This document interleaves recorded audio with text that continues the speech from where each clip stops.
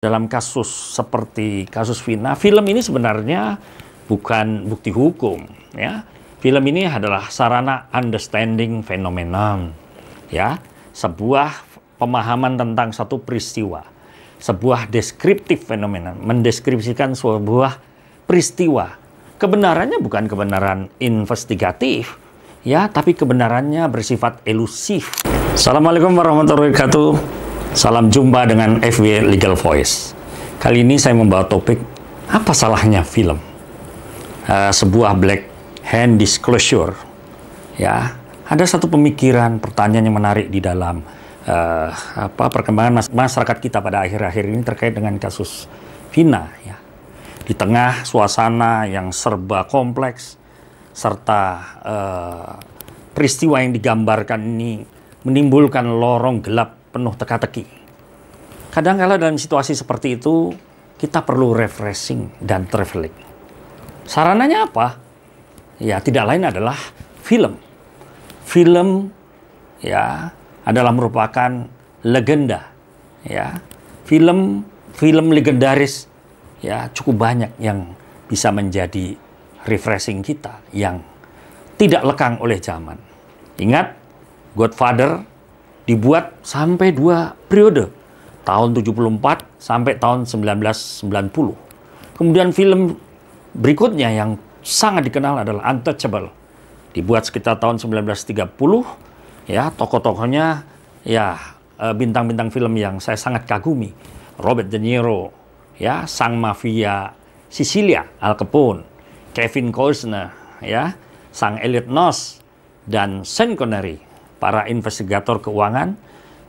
Jay Malone ini, bagaimana mereka bekerja, mendeskripsikan kejahatan yang dilakukan oleh mafia Sicilia Al Capone itu.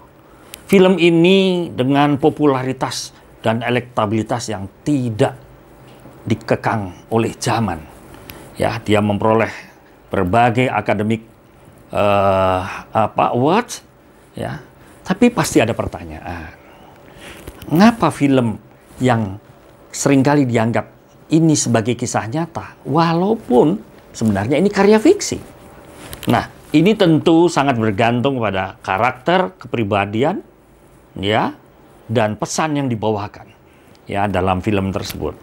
Karena itu bagi saya, dalam kasus seperti kasus Vina, film ini sebenarnya bukan bukti hukum, ya.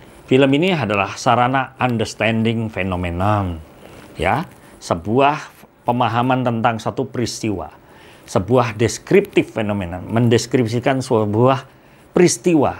Kebenarannya bukan kebenaran investigatif, ya, tapi kebenarannya bersifat elusif, kebenaran yang sifatnya kontrol, kritik, dan koreksi terhadap masyarakat kita apapun dan momen apapun peristiwa dan kejadiannya. Film ini ibarat penyerbu ruang jiwa manusia atau invader psyche of space.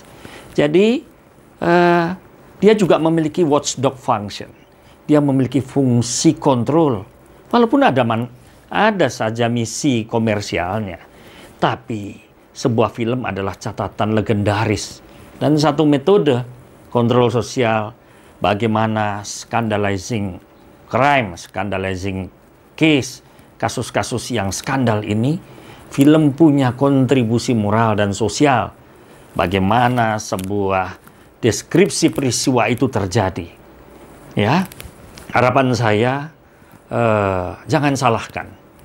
Mudah salahkan film, mudah menyalahkan aktor. Apalagi aktor-aktor film adalah anak bangsa. Ya, hargailah karya mereka. Jangan sampai, ya, gagasan, pemikiran, kreativitas anak-anak bangsa, ya, melalui kreativitasnya dalam membuat film mati karena takut, ya, dengan sentimen sosial, takut dengan sentimen hukum. Padahal ini adalah sebuah karya yang harus diapresiasi dan dikagumi. Itu pesan dari saya, FW Legal Voice. Sampai jumpa. Selamat malam. Assalamualaikum warahmatullahi wabarakatuh.